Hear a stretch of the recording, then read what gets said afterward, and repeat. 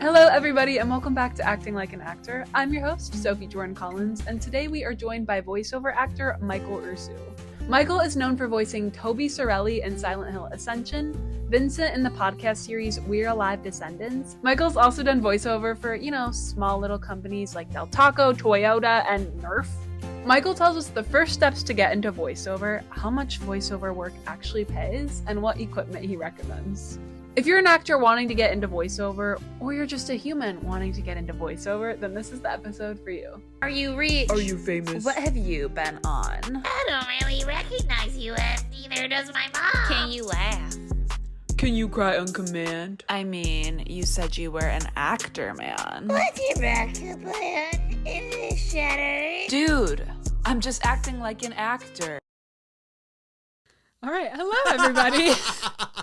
And on that note, welcome back to Acting Like an Actor. I'm your host, Sophie Jordan Collins, and today we are joined by Michael Ursu, aka Maku.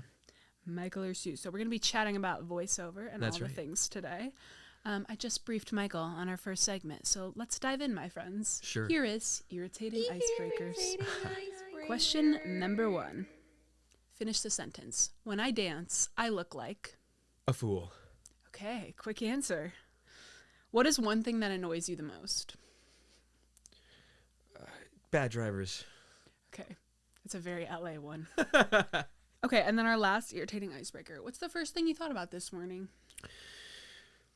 Get into work. Okay. You worked this morning? I did some VO this morning. VO yeah. this morning. That's right. Okay, That is my look work. at that. Uh-huh.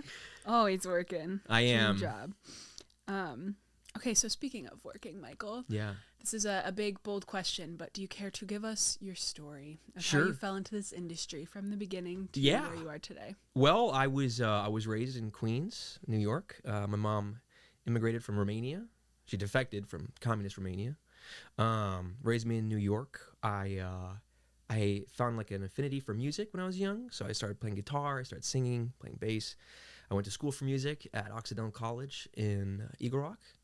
God, that was 11 years ago, long time. So did you move to California right when you were 18? Yeah. Okay, My mom was like, wow. "You're going to California," and I was like, "Why?" She's From like, New "I'm York to living Eagle Rock. vicariously through you." Okay, So, wow. So yeah, Occidental was one of the schools I got into, and I decided there that I wanted to study music. And so after college, I found some odd jobs like with an orchestra, notating stuff for them, helping them arrange stuff at a church choir, helping them organize their music library, and I was also scoring for features and shorts and commercials here and there. Oh, cool. And I also joined a band too, and it was in this band that my bandmates convinced me. They both grew up in LA, and they both convinced me, hey, like, you should try acting.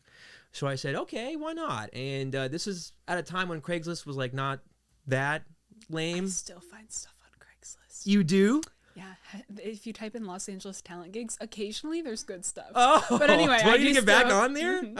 Check it out. You just have to be careful. Okay. You're right. But anyway, side note. Well, 8 years ago, I found an extras gig, and it was like Okay. $60 for 6 hours. And at the time, 7 years ago, $60 kind of went a little Yeah, far. right. Now it is. And now it is, yeah. But I showed up looking really nice, and I get there, and they're like, "Hey, you want some lunch?" I'm like, "Wow, $60 and lunch? This is amazing!" And I sit next to this guy, and we had to pretend laugh for the scene. We're watching a comedian on stage, and we have to pretend laugh, and we actually just cracked each other up, Oh, and we were fun. laughing for real. And the AD had to come by and be like, "Guys, stop laughing for real. Just Right. pretend to laugh." And I found out the guy I was paired with was like homeless too. So I'm like, what the hell? This is wow. crazy. But I loved just being there on set and meeting all these people. And then I booked another gig on Craigslist a week after as a bartender, and the guy gave me a line too. So I'm like, oh wow, I'm moving on up. But yeah, that movie didn't go anywhere. So, but it was still an exciting time. So I got the bug. I got the bug. I started pitching myself to student films and whatever I could book, really, working up from extras to supporting to lead roles, and I was doing that for a little bit, and then the pandemic happened and acting stopped, and I was like, wow, I got to do something. So I said to myself, well, I already know how to record music. I went to college for music, so I know how to record it. I could try VO out. Let me give VO a shot. So I bought a bunch of equipment, some starter equipment. I started narrating audiobooks, and I started to get paid for it. I was like, wow, I'm working from home. This is amazing. So I started to go out for commercial stuff, started booking more of that. And now I'm a full-time VO actor. The rest is history. How did you book that first audiobook voiceover gig? I went to a site, ACX. Okay. The memory is fuzzy because it was 3 years ago, but I just remember looking up online voiceover gigs. And Okay. actually, I think it was on TikTok where I saw some guy pitching like, hey, you want to narrate audiobooks? Like, go to ACX. And like, he made it sound so easy, but it's not that easy to They always do set that. up your home studio, make a treated booth at home. They always make it sound so easy. It's the same thing with social media. Everybody's like, you make so much money from social media. I'm like, yeah, like after 2 years when you figure out how to like shoot the stuff. Right. And the guy didn't say like, yeah, you have to also be good at acting to do this. You have to have talent, Right. It's called voiceover, but it's also called voice acting. So it's still acting. So, but hey, it worked for me. Right. Yeah. So I got on there and I started narrating audiobooks. I narrated a bunch of self-help books. And I started getting like paid. And I'm like, cool, this is really cool. Then I started to do a little bit more work like narrative audiobooks, and that was a lot of work because they pay you PFH, right? So what does that mean? Per finished hour. You know what that means. Really So good, that means if they're like, hey, we'll pay you $500 for our 6-hour audiobook. You're like, oh, 6 hours for like, $500. That's not a bad deal. Actually, that's going to be 12 hours because it's going to take you double the time to record it. And if you like mess up a line or You have to whatever, you stop. have to think You have about to all edit. the logistics. Yeah. So it quickly added up to too much work for me. So, but then I discovered commercial stuff, animations, video game work, and I'm like, oh, this is much better pay for less work. Yeah, it's more competitive, but I definitely felt more comfortable in that realm a little bit after. So, yeah. It wasn't really long after I started narrating audiobooks that I got onto like a site like Voice123 or voices.com. And I just started submitting every day. So there's voiceover work on those websites? Yes, a lot. Okay, cool. Yes. I would recommend Voice123 more so than Voices. They have pretty high membership fees, but I don't think of it in terms of a casting site. I think of it in terms of like you are paying to market yourself to clients. You could go out and make your own site. Like a lot of the older VO people will be like, hey, you need to like pitch directly to companies and stuff. And I'm like, I don't want to do that. I would rather just audition because I'm already an on-screen actor. I know how to audition and I like auditioning. Yeah. So these sites basically just, they let you audition for a bunch of things, a lot of things. That makes sense to me as well, because if they're posting on these sites, you already know they want a voiceover artist, whereas if you're just pitching to them, they might not even need a voiceover artist. So you could just be wasting your time potentially if you just pitch like that. So. Right, and you're paying for your site and you're paying for all this other stuff, and I think, I have a personal site, don't get me wrong, but I just think that's so old school that people aren't really going to your personal site. No one has time for that. I know. I was just telling you about my business mentor, and I have a acting like business coach who helps me with my materials and stuff. And one of the other things she told me, she's like, girl, why you got a website? Ain't nobody looking at your website. I was like, okay. Yeah. Fair enough. I know it's funny how that is nowadays. Yeah. Okay, so when you were submitting for voice acting jobs on these websites, did you have to, what was the first step? So in terms of like your voiceover reel, like did you start before you even had a reel? Did you wait until you created one to start? So a lot of people think I need a voiceover reel. Starting out, I need it. Yeah. You don't. Okay. Not if you want to submit yourself. If you want to get an agent, yeah, you need a reel. Yeah. But if you're thinking about an agent, you need a professional reel. And if you're getting a VO agent, you need to have a booth in your house. You need to know what Source Connect is. You need to know the difference between a condenser mic and a USB mic. An agent won't talk to you if you don't know those things, He's saying those, I don't know those things. We'll talk about those in depth. But yeah, I started on Voices first because I'm like, oh, it's a site called Voices. Clearly this is what I'm looking for. It's $500 a year, which is a lot. And they take 20% of every gig you book, which is also kind of like a sleazy agent, really. But hey, I've booked a lot of work on that site. What do they typically pay, if you don't mind me asking? Anywhere, there are budget ranges for jobs. So people will post a job from 100 to 250, and then 250 to 500, and then 500 to 750, 750 to, 1,000, so on and so forth. But when I started out, I was making, it took me like a month or two of steady auditioning to even get my first job on a site like that because it's so competitive, right? But I did get an audition, and it was actually for Rise of Kingdoms, where me and Sophie met. It was a Rise of Any Kingdoms. LA actor knows those games. You guys know. Every LA actor goes through the rite of passage of a mobile game commercial. Like low key, or multiple people who have done with it if you haven't done one yourself. I guarantee it. You know somebody, yes. We all know each other, really. It's true. It's true. But I got a VO ad for them, So cool. and they paid like $180 for like 30 seconds of work, and I was like, that's more than they pay some other actors for a day. Yeah. Well, it's $180 for 30 seconds of work for a mobile game ad, which is, by the way, a low rate of pay, but that may seem a lot coming out the gate, right? But that's not considering, I had to invest in this gear. I had to invest in knowing how to record myself at home. I'm my own sound engineer. Everything is now compressed. I've talked to a lot of sound engineers on the other side who are like, we just don't have many clients anymore because everyone's working from home. So we all had to learn how to use Source Connect and basically record people from their houses. Oh, interesting. Yeah, we can get into that later. Okay. But after that, I just started booking more and more. My second gig was like $280 for like an e-learning module. I played a 44-year-old like schizophrenic in something. 45 seconds of work, $280, easy. And I'm like, wow, what have I been doing? This is amazing. And it just keeps compounding after that because then you add those to your reel, and then all of a sudden in 3 months you have a reel. You know? It's like a business venture as well, because you're kind of like, you're learning how to set up the systems and stuff like that. And I'm sure like it's difficult and it's an investment at first, but once you get it down, I'm sure now you're in the place where it's like you get these things and you can probably film them super duper fast. Oh, and, yeah. Like, it's not as crazy to like set it up and Oh, everything, yeah. So. Yeah, exactly. Because... even when it comes to doing self-tapes, it's important to have your studio just set up. Yeah. You don't have to set up every time. No. But with VO, it's so easy. You just go in. You don't even have to you can record in your pajamas. Get a cup of coffee. I mean, by 8 a.m., I've submitted like 10 to 15 auditions.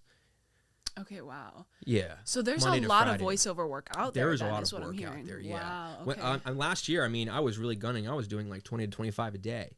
Wow. Kind of burned myself out doing that. So Yeah. I shoot for 10 to 15 now, like quality ones. Okay. But there is so much work out there. I mean, there are commercials. There's animation, of course, video games.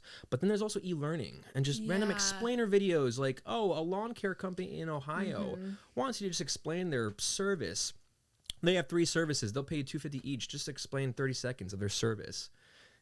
There's so many things that require voices. It's insane. There's work for everybody, I think. Yeah.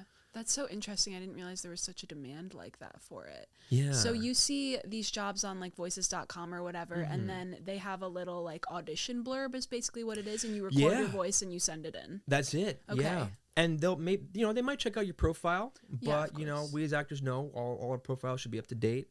So a reel would help there.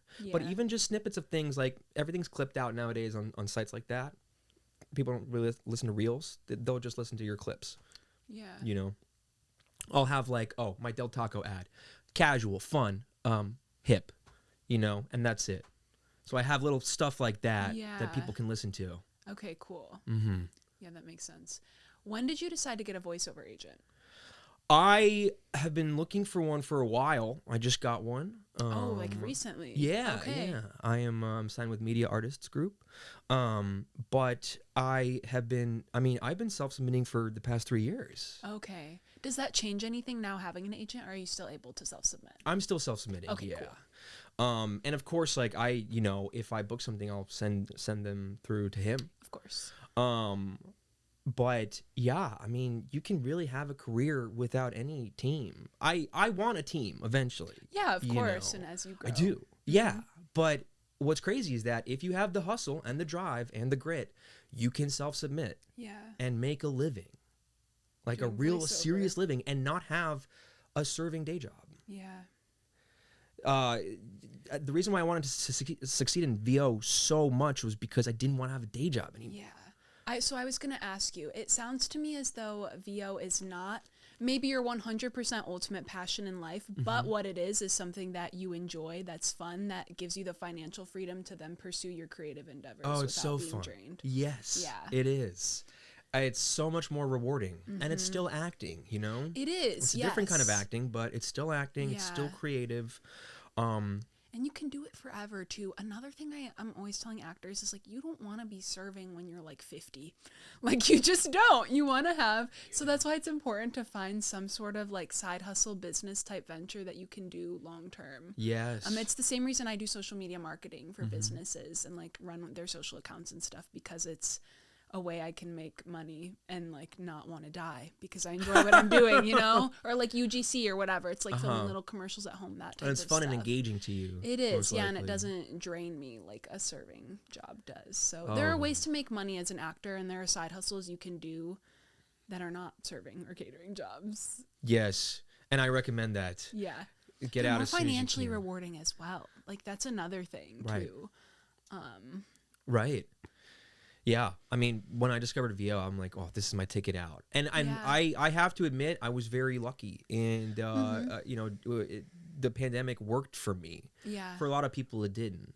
But I saw this like silver lining, and I said to myself, okay, this is my last chance to like do something big and send a Hail Mary. And maybe I can do this full time while pursuing on-screen work. And it worked. How long have you been doing it full time, would you say? I've been doing it VO full time for 3 years now. Okay, so since the beginning. Yeah. Since it took off in COVID. Okay, cool. I would say 2 years full time, because like during 2020 I was getting some of that government help, which was really nice. And I feel like I deserved it because I served a lot, and I ate a lot of crap from people in West Hollywood. So I felt like I deserved it. But in 2021, when the help ran out, I'm like, okay, this is it. The floaties are off, and here we go. And it actually worked. So Can I ask you, has your voiceover agent gotten you anything yet? I'm just curious how. no, I just signed with them like a week ago. Oh, okay, Yeah, cool. because I think now is the best time to get an agent. Yeah. The strike Yeah, over. that's what everybody's saying. Now is the best time. Get a theatrical agent, get a VO agent, get any kind of agent, because now's the time. They're going to be sending out their people, you know, and even if you look like somebody on their roster, that person might book something, and then they need somebody that looks like that person on their roster, so you could fill in that. Yeah. You could step in. So yeah, I've been pitching a lot to just anybody who will take me, because now's the time. Yeah, I'm so interested to see how that will go with you. Like what the difference will be in these jobs that your agent gets you as opposed to the ones you're already doing. Like, I wonder if the agents see bigger voiceover jobs, because I mean, you booked a Del Taco commercial by yourself, so I'm almost curious to see like on Voice 123. Yes, I know, like we'll they were see looking. if people really do need one or not. Like, I'm just curious to see if they'll be bringing you stuff you don't see on your own. You know, that will be interesting. Yeah, to find out. Well, he's already gotten me some great auditions. Oh, cool. And okay. like, I mean, stuff you don't see on your end. no, as absolutely well? not. No, because they have the good stuff. They do. They got the good Yeah. stuff. Yeah, I mean, he pitched me to like a Netflix film in Italian. Like it's a dubbing project. Dubbing. Oh my Yeah, gosh, yeah. I have friends making money doing dubbing. Yeah. I forgot about that. And it's just Yeah, fun. you're And right. you know, it's like Yeah. Netflix, it's quality work, you know, Yeah. because with an agent, they have access to the quality projects, you yeah. know, and we can find quality projects on our own, but boy, does it take a lot of sifting through all Yeah. the junk. It does. It does. And there are just legitimately stuff we will never see. It's always crazy Yeah. to me seeing my submission report on Actors Access from the end of the year, seeing all the like Netflix and HBO and stuff that my agent submitted me to that I never saw on my end. Like, I'm Right. very consistent with self-submitting every day. Right. Never have I bet seen you're on it, like, anything every like day. that. Oh yeah, never have I seen anything like we all that. are. Though. I know we are. You know how it is. Oh, I know. yeah. I always love when I'm like on set and I like glance over at somebody, see them on their phone on like the websites. I'm like, we know. You gotta keep. I up like with those it, people. but- They're already thinking about the next gig. Yeah, exactly. I know you have to. You have to. Mhm. You have to. Yeah. Yeah, I'm interested to see what my agent's gonna get me. Yeah. Going back to that Del Taco ad, I mean, I booked that and then they came back. You know, if these people like you, they're gonna just reach out to you they came again. back They to came you. back in a week ago, and we recorded something else. For Del Taco. Yeah. And I have one client, huge client, and I have worked with them all year. Oh my god, I They've didn't been, think like- about that. How you probably have reoccurring clients. I have a lot of Duh. reoccurring clients. Do you have like monthly retainers with anybody or anything of No. that sort? Okay. No. But you probably don't need to. No, they don't. They're on a pay-to-pay basis. Yeah. But yeah, I mean, one client has contributed to like almost like half my income this year. Wow. They're pretty big. I'm not going to name them, but they're pretty big. Yeah. And when you do this for years and years, it's not like on-screen work. Well, they'll call you back. They might. But with VO, if they like you and you're a good brand for their whatever they're pitching, they'll just keep bringing you back because you're easy to work with. They know you. They've paid you. So. And also, like, audiences resonate with people's voices too. Yes. So if your voice is doing well on like their internet ads or whatever, absolutely, they might as well bring you back. Yeah. So that's really cool. I didn't even think about. How it could be and I mean, recurring. most of I have a little spreadsheet where I put in all my jobs, and most of my jobs this year have been repeat jobs. Wow. But only because I worked so hard last year. Of course. Submitting 20 to 25 times a day. Yes. You know, putting in the work, and now I can like ease on the brakes a little bit. I can ease up on the pedal, but you know, I'm still gunning as fast as I can. But it's nice to like take your foot off the gas just for a little bit. Right, yeah. And see like, oh, cool, this is what would happen if I stopped auditioning. I would still be okay. Yeah. Because I've worked with so many people. I can trust that they're going to come back. Mm-hmm. Yeah, it's a good feeling. Can I ask, what is the most you've ever made off a voiceover gig, if you're comfortable sharing? The most? Yeah. 15K. Okay. Should have been 23. 15K off of a voiceover gig. It was you recorded it at your house. At my house. He made 50K at his house. How many hours did it take you? 15. 15,000. Yeah, 15,000. Wow. It was 1 hour. Okay. Yeah, He made but $15,000 in 1 hour. But it was 6 radio ads and 6 YouTube pre-roll ads, different times. Yeah. And I use this thing called the GVAA rate guide, which, by the way, if you want to do VO, great resource. Just look that up, Google it. They have standard rates for like professional VO people. Oh, And so I did all the math in my head. I'm like, okay, cool. It should be 23K. They came back at me with 10. I'm like, guys, can we meet at the middle-ish? Let's do 15. And they said, sure. Okay. So it's tough when you're self-submitting because the low gigs are like, I'll take the money. But then when you have to quote, like, I've never quoted 5 figures in my life. That's smart, though, that you had that rate sheet to know. Yes. Especially, Michael, because you have been doing this for a while now. Like, you have the credits to back yourself up and be like, this is my worth now. Like, I've done these big projects. It is. Maybe don't go quoting people 15K right off the bat. But, you know, when you get to a certain place, it's important to know your worth. It is, yeah. That's something my manager has expressed to me. He's like, you know, that's your rate now. I'm like, most people could not afford that. He's like, well, too bad for them because that's what you're worth. So, yeah, I think you're absolutely right.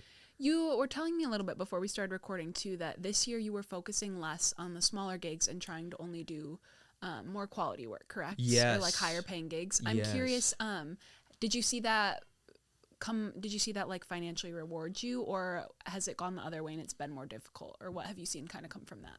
I've seen that financially reward me. It was a risk. I mean, I still auditioned a lot, but it was a risk that I was willing to take. Okay. And I was rewarded with it. Yeah. So things did work out. Yeah, okay, they did cool. with more free time.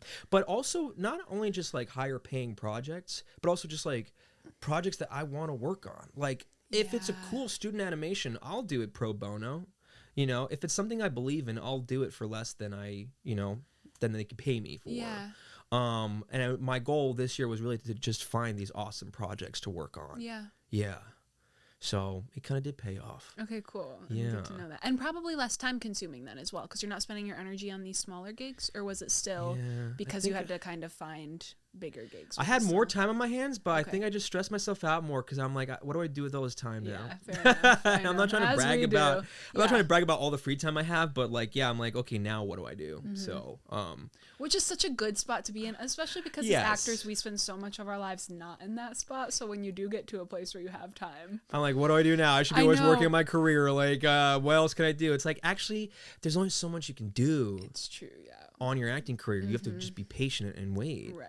And also, I think the best actors are just the ones that live life. Yeah, life experience is what makes you a good actor. And we get so effing weird as actors thinking that we need to constantly be like doing things for our craft. I'm and an it's actor, like, no, yes. just, Right. Yes. No, just be a human Acting is my being. life. I'm like, I don't think anybody would hire anyone No. who said that. No, just be a human being. You know, yeah. It's like when you walk in that commercial room, they're like, "Oh, so say 30 seconds about yourself." Like, you're not gonna say you're an actor, Right. you know. Except for, I'm sure a lot of people do. life but hack, don't say that. Don't say that. The client's not gonna want to hear They that. want to know about you as a person. Yeah, I'm a musician, a surfer, and I like walking my dog. You know, stuff like that. Yeah. You're a human being. Yeah. Okay, let's if you're cool, let's transition into some equipment talk. And Yeah, talk sure. About your recommendations for anybody who wants to start doing VO, et cetera, et cetera. I'm a big gearhead, and I will say that whenever I talk to people about VO, I see the smile on their face, and then As you're talking about it, yeah. because they're just like, the problem with VO for actors is that it's a huge barrier to entry, because you have to get all this gear and you have to learn the technology, and just most people that's a good don't point. want to do that. So, since you were coming from music, did you already have a base knowledge, do you feel like, of audio equipment and stuff like that? Or did you have to learn a lot? I had a good base knowledge. I'm Okay, like, you did. okay, cool. I'm going to get like an AKG mic when I'm really ready to go pro. But when I started out, I simply did some search online. I use sweetwater.com. It's a great site for gear, for music gear in general. And I found a good starter kit. I found a Rode NT1A, a Focusrite Scarlett 2i2. That's the audio interface that you plug the mic into that feeds into your laptop. And then, of course, you need a laptop. I have a Mac, which I really recommend for just any creative work. Yeah. But you could use a PC too, and it depends on what DAW you want to use. So what do I mean by that? DAW, like GarageBand or Logic Pro, or people use Adobe Audition. I don't like Adobe. I don't like paying $20 a month for the rest of my life. So I just bought Logic Pro for $200. I have it for life, and that's what I use to record. Okay. That's what I use to record. So I had this AKG, this Rode NT1A mic feeding into the Focusrite Scarlett 2i2, and that was good enough. Like, that's a good enough setup to just start and really get some pro gigs. Like, I recorded a NERF audition with that. I recorded a GMC audition with that, and then I booked those jobs with that mic, and it only cost me $500. Okay, so it paid for itself. Yes, Yeah. it did And then- immediately. and then some. And 15K. then some. Yeah. Yes, and then some. So you didn't build, I know now you have a super dope like home studio or whatever, It's but you not didn't start super off dope. with that. It- Okay, well, whatever. It gets the whatever. job done. Yeah, okay, fair enough. But you didn't start off with that, right? So you did just start off with your little mic and your laptop? I or? started off under like a blanket fort. Okay, love. I know the voice actress of Marceline, Adventure Time, because Oh, I worked cool. with her father, Martin Olson, on a feature film, The Second Age of Aquarius, and he told me that like when they recorded her for a movie, the sound engineer came over during COVID and basically set up a blanket fort to record under. So once I heard that story, I'm like, the pros, this is how it gets done. It just gets done. You know, Yeah. it doesn't matter what you have at home, just get it done, right? Make it So work. if you have a blanket fort to record under, yeah, it's gonna get hot. When I was recording audiobooks underneath that thing, I was in my underwear sweating like bullets, in the summertime, trying to get this cash, you know. But eventually my girlfriend was like, you need something more pro than this. So she got me some kind of wardrobe curtain changing thing off Amazon for $30. And then I put some moving blankets on top of it and a duvet, and that's all I have.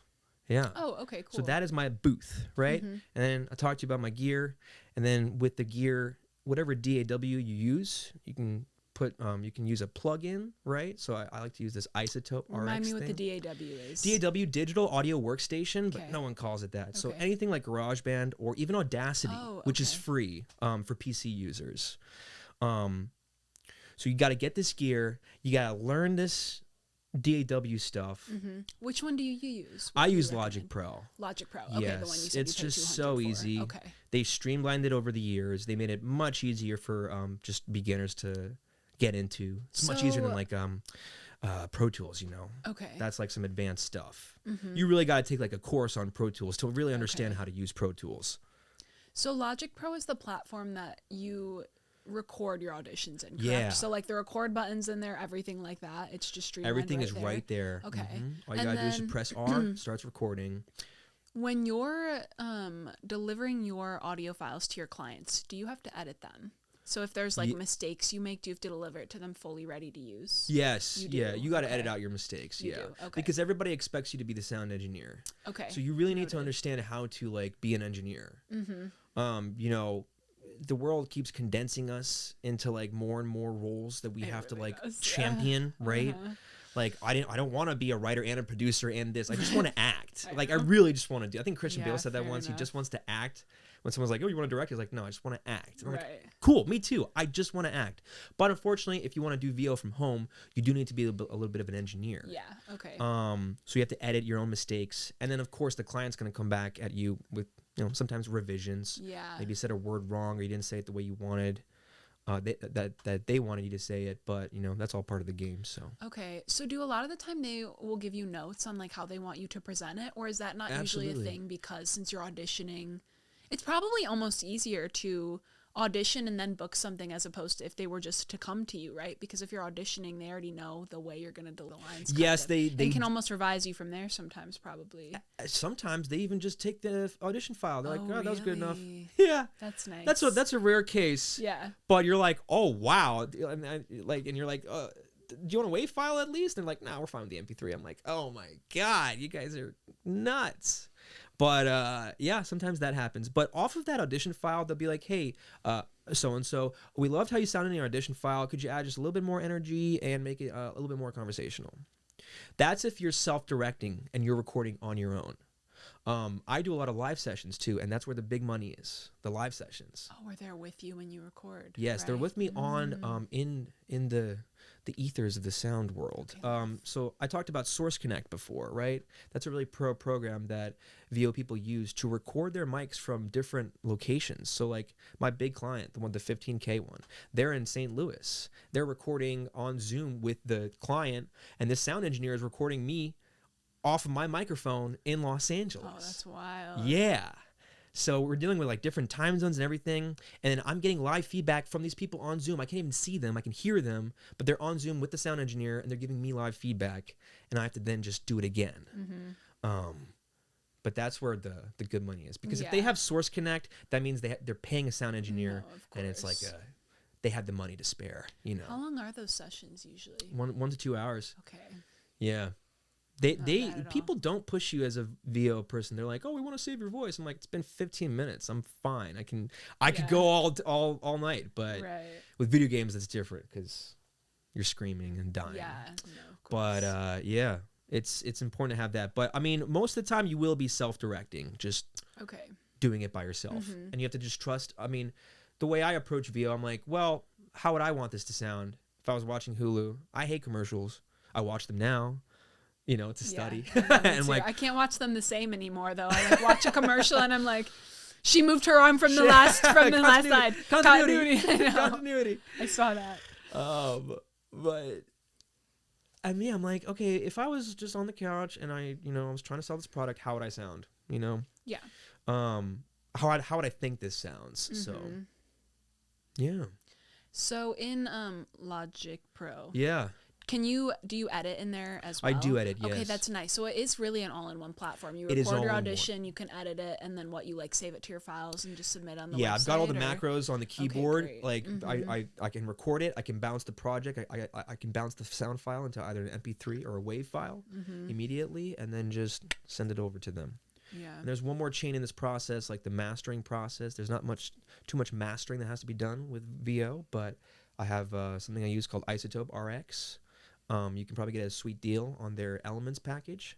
The voice denoiser makes my VO booth sound like this room. Okay. Quiet. So you need some plugins like that too. Especially living in Los Angeles. What part of LA do you live in? I live right next to Fountain Ave. Oh, love. Great. Fabulous. And do you have sound panels in your place too, or no? No, I don't. Okay. I'm really bad. But I'm doing it full time, so it's working. Whatever, yeah. Like I'm sure like a real VO person would come to my house and be like, "Wow, you're recording here," but like I've been doing it, for about 3 years. No, yeah, you're a testament of like making it work. I like what you said about even the blanket thing. Like we get, especially as actors, where like a lot of us are such perfectionists that we make it so weird, like thinking through all the details and like trying to have it perfect, that people never start. And I'm like, no, sometimes like you just got to start because you're never gonna have it perfect, and things are gonna come up you can't prepare for anyway, so you might as well just start and like fix it as you go, but don't make it so weird. Just start. I've let go of being perfect, and my acting has skyrocketed in on-screen work and VO. I've just let go. I don't do more than 2 takes unless I don't know the lines. Yeah. But I won't do more than 2 takes. I'll be like, cool, great. I think I got it. That's who I am. This is what I've done. You either like it or you don't. Yeah, no, I agree. Because if you keep doing it, you just, again, it's like being a weird actor. Like, you get too much in your head. Like, nah, just be present and do the thing. Yeah, absolutely. And also, like, how different can you make it, but still realistic? You know what I mean? Like, if you do more than 2 takes, then you're gonna be like, I'm gonna do this one sad, I'm gonna do this one angry, and you start getting all weird and like performative, and it just doesn't work. Yeah, they might want to see multiple takes like that for VO if you're doing like a narrative project, like an animation or a video game. Yeah, that makes sense. Do you recommend do you ever do that for your auditions? Send multiple takes if you think? My agent usually wants me to send 2. Okay. But I'm telling you, by the first 5 or 10 seconds, they'll know. Yeah. Yeah. Sometimes I have to read like a minute script. They're like, oh, the client has no imagination and they need you to read this 3-minute thing. I'm like, cool. In 5 seconds, you're going to know whether or not I'm the voice. But the best VO auditions are the ones just 3 to 5 lines. It's perfect. You can get that done. If you're good at recording on your DAW and you got all the skills, you can get that done in like a few minutes. And then you're doing 10 to 20 a day, and you will see results like within a few weeks. It's a numbers game. You will see results. Yeah. You know? Yeah. It's the same thing with auditioning. I think so. For those like voiceover auditions, how long would you say it takes you every day to do those like 10 to 20 at this point? 10 to 20, I do like 10 to 15 when I wake up. I'll walk my dog, and then I'll just do a few more throughout the day.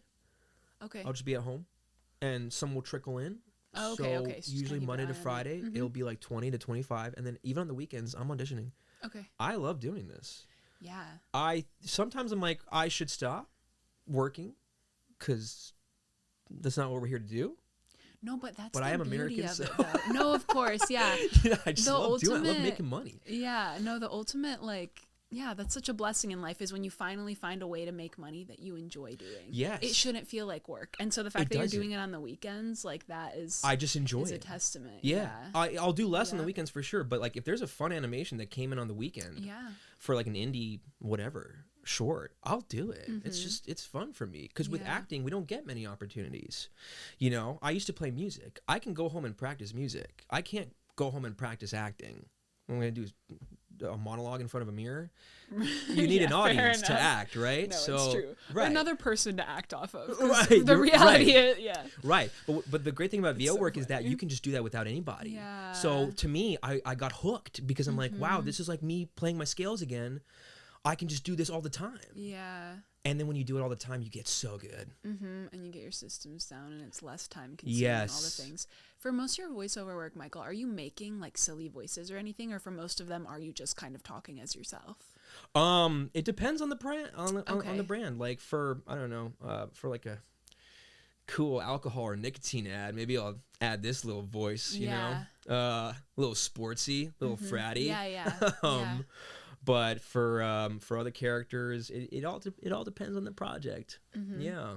Did you ever take a voiceover class? I'm curious. No, I've never taken voiceover class. You've taken plenty of acting classes, I'm sure. So that's yes. They do focus a little bit on voice in certain classes, and you're a musician, so you also probably already. Does that absolutely translate to speaking at all? Like, you know, maybe certain things to watch that 100%. Yeah. I will say that taking singing lessons for me when I was 19, I was like 13 years ago. Jeez, that helped me 11 years down the line, and I didn't even realize it because she taught me how to use my voice, how to resonate here, low and then high, right, using chest versus neck and head voice. And that really helps with VO because now I know how to like reach the different ranges of my voice. You know, I go out for stuff that's like 18 years old, and then I go out for stuff that's like 40 to 50. So my age range for VO is like 18 to 50 because I can get really high up there and sound like a young kid, or I can get like really low and sound like an older person. So, yeah. Yeah, that's so interesting. Music definitely helped a lot with VO. Any musician would have a very easy time getting into VO. Yeah, I feel like actors and musicians both probably have more of an advantage than the average human being coming. Yeah, a lot of Just average. Oh, I don't. Maybe. A lot of normies come to me and they're like, "Oh, my mom said that I have a great voice." Like, I'm sure you do, but this is also acting, and you have to be ready for rejection after rejection. Yeah. You know, like on one of these sites, you can see the short lists, and then you can also see them disappear.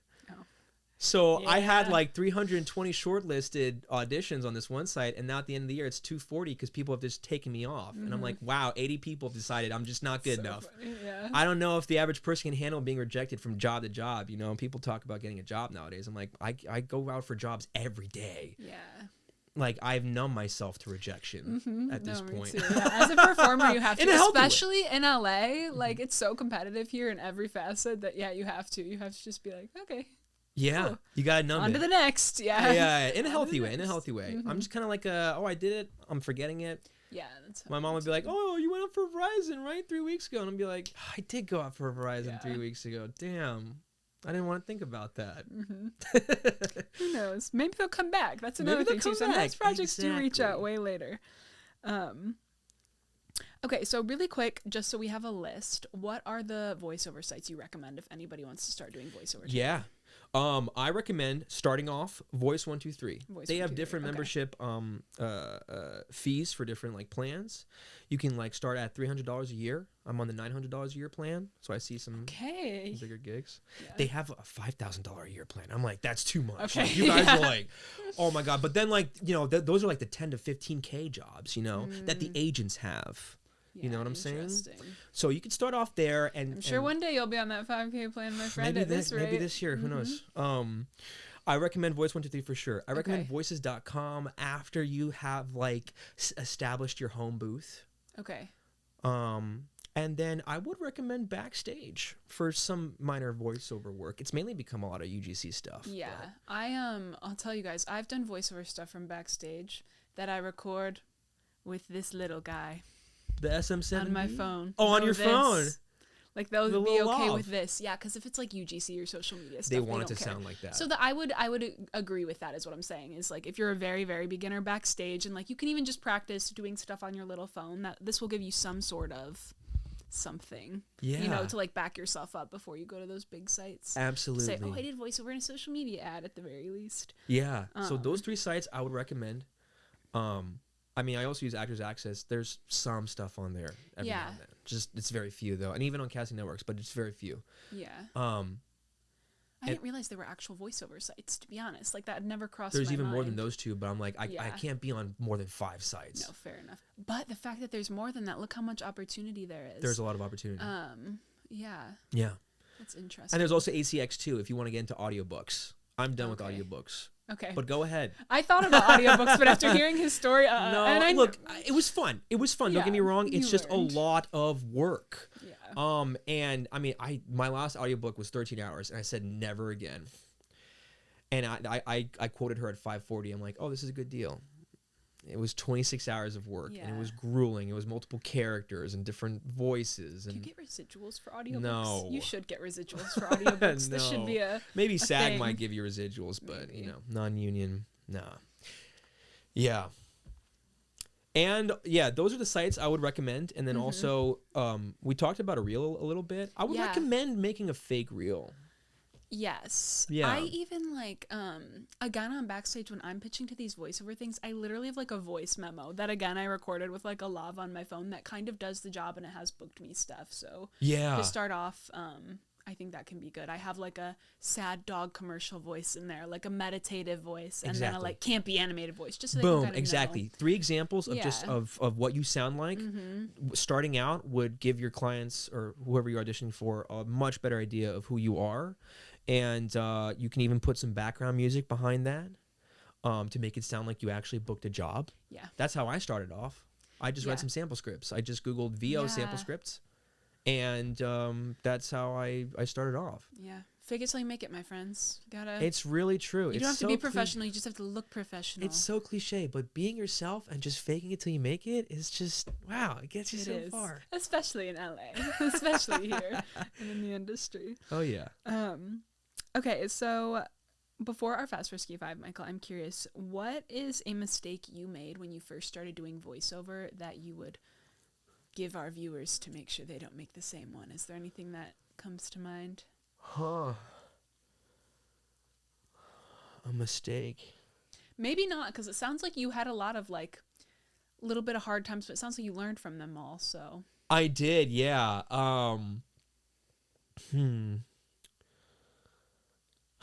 I made no mistakes. I did everything perfectly. What mistake? I guess the only thing I regret is not like doing social media more. And we joked about it, but I wish I had started sooner. I really do. Mm-hmm. I wish I had got out of serving much sooner. And don't get me wrong, I enjoyed some of my time serving, but I just felt like it didn't help me with my acting. It drained me a lot. Mentally, physically. I was drinking more than I should have. And I just wish I had found something like as creative and fulfilling and financially stable as VO work. You know, it's not financially stable at the beginning, but if you put the time in day by day, these clients will start to, you know, they'll start to see you and hear you again and again. And eventually you will get these repeat clients and you will be able to make a career out of this. So. It really is a business, like what you're doing, because it is that investment up front, that like learning, going through the hard times, and then once you kind of get your business up and going, you learn the systems, the money comes easier, and you have more control. So absolutely. And you get the higher paying jobs, and then you have a little bit more leverage. Yeah. I mean, that NERF job that I booked on Backstage with my starter kit, that was like $2,500 for 1 hour. Wow. That was my biggest job. I'm like, I booked like 4 jobs before this. I'm being live directed. I was nervous. I was sweating before this audition. And now I just walk in the room just like, well, hey, I'm here. I know what I'm worth. So. Have you ever had a gig force you to go to a studio or no? The only time I ever went to a studio was for a Toyota tagline. Okay. They asked the you new to do BZ4X Toyota. Let's go places. Beautiful. They Where's that airing? they're renegotiating with me, so it might be airing again for another year. Do you get residuals for No, but this is a great segue into usage. So Yeah. that $15K job sounds like a lot of money, right? So those were 12 ads for 1 year. So they can run those ads for 1 year. And that's why they have to pay me that much, right? Because they're buying me out. There's no residuals in non-union work at all. Okay, yeah, that makes sense. There's only residuals with SAG. So when you're in SAG, is that going to limit a lot of your voice work if you were to join SAG? It would limit a majority of it. Okay. But guess what? Certain categories like e-learning, that's not SAG. Okay, it doesn't even matter. So if I were to flip SAG, I would probably lose a lot. I mean, I would be worried about doing this full time, fair enough. considering how much competition I would now face and how many jobs are out there. Yeah. But I wouldn't be too scared because there are opportunities like e-learning and other things, explainer videos. I don't think those fall under any SAG blanket. And the SAG rates are probably higher as well. The SAG rates are higher, yeah. Absolutely.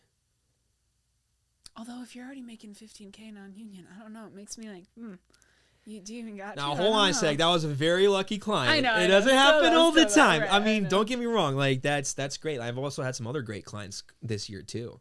But, yeah, you're right. If I'm making that, then why would I? Well, I mean, SAG, that's really the big bucks, you know? Really the big bucks. Yeah. A client comes to you, you want $50K, got to join SAG. Say less, my guy. Yes, say no more. Right. I'm paying. But yeah, unfortunately, you don't get residuals. However, you do have to get your own health care. You know, if you're going self-employed. Yeah. I mean, I'm thinking about that's real. Yeah, I mean, I'm thinking about going S Corp next year. Okay. I've been talking to a few tax people. The work we do as freelancers, actors, we would all benefit from probably going S Corp at a certain level, considering that we have no overhead and even if you're in SAG, you have to make that like threshold in order to qualify for the insurance. So a yeah, lot of my SAG, $27K, which apparently like 80% of people don't make. yeah, I was gonna say a lot of my SAG friends don't even, Yeah. or they end up paying out of pocket to then get that. Yeah, it's a huge catch-22. It's like, do I want to stay in this nice little non-union VO pocket, making pretty good money, or do I want to take a big risk and go over SAG and I could really make some bigger money there? But doing the non-union VO work basically gives companies an incentive to keep doing the non-union VO work, right? So it's like a double-edged sword. It's a triple-edged sword almost. It It's is. like, yeah, I do love making good money at this level in my career, but I would like to have the protection and benefits of SAG. Of course. To be a part of that prestigious union. I mean, Yeah. that's the end goal for most of All us, of right? us, yeah. However, it's a new era, and you really, if you want, you could say no. I don't want to join SAG. I could potentially make almost 6 figures a year doing non-union stuff. I will hustle for the rest of my life. I will have to pay for my own health insurance, but that option is on the table. It is. Yeah. Yep. All right. Anything else you want to say before Fast Frisky 5? Yes, Okay. VO stuff. I would do it. Go on YouTube, learn how. That's all I can really recommend, but I would get in as soon as I could. I am truly, guys, like I am genuinely going to start going more forward in VO, and I will give updates. I will document this a little bit. And any actors watching this, hit me up. Yeah, all his stuff will be down below. So yeah. Okay, actually, I'm sorry, Michael. One more question before Fast Risky 5. Let's do it. I'm curious because you, again, I was stalking your Instagram. You do a lot. Like, obviously, you do the voiceover and stuff, too, but I saw you did a play this year. You've done a couple features this year. I looked at his IMDb. This man's done, like, 30 films on IMDb, and IMDb doesn't even have everything. So you do a lot in addition to VO as well. That's so right. how do you kind of manage it all? It kind of manages itself. Okay. The VO work is so compressed and quick. I mean, I can knock out like most of the time they're gonna give you like a 1 to 3 minute script to read, and then like you bang that out in like 10 to 30 minutes, or it's a live session for 30 minutes to an hour, and then you're done with the rest of your day. Okay. So that gives me plenty of time to just go to set and just block out days. Okay. My one problem that I'm running into is if I'm on set now, I'm like, man, I could be making VO money. But that's not the point. The point was the VO is supposed to support the on-screen work, which now I'm like, oh, you're only paying this amount of money on screen. But I'm like, I'm always grateful for any opportunity to be on screen, especially after the COVID pandemic. I mean, yeah, of course. This is the worst 3 years to become an actor. If you became an actor in these 3 years, God bless you, because you did the unimaginable. I moved to LA during COVID. I did become a professional actor during God bless COVID. you. Yeah, now look at you. You're surviving and thriving. We're out here. I'm trying. We're doing that. Says thriving. I'm like, okay. We'll say it. We'll speak it into existence. All right, ready for Fast Frisky 5? Let's do it. All right.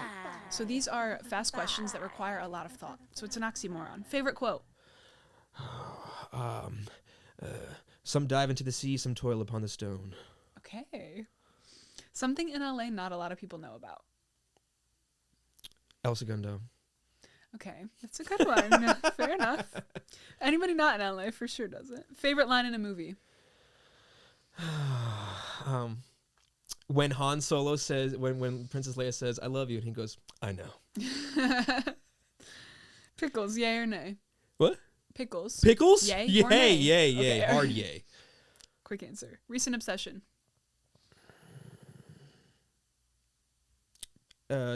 Baldur's Gate 3.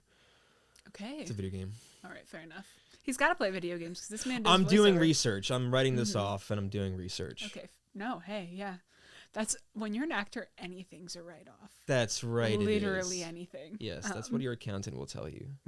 My mom's my accountant, so it works out especially good. My hair's a write-off. My nails are a write-off. That's right, gas. This podcast studio's a write-off. This podcast is a write-off because it's helping my acting career. Yeah. Anyway, and on that note, anything else we'd like to leave our viewers with, Michael?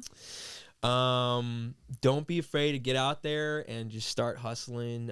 Go and grab what's yours. Yeah. Do it. All right. Thanks for watching, guys. We'll catch you next week. Bye. Woo!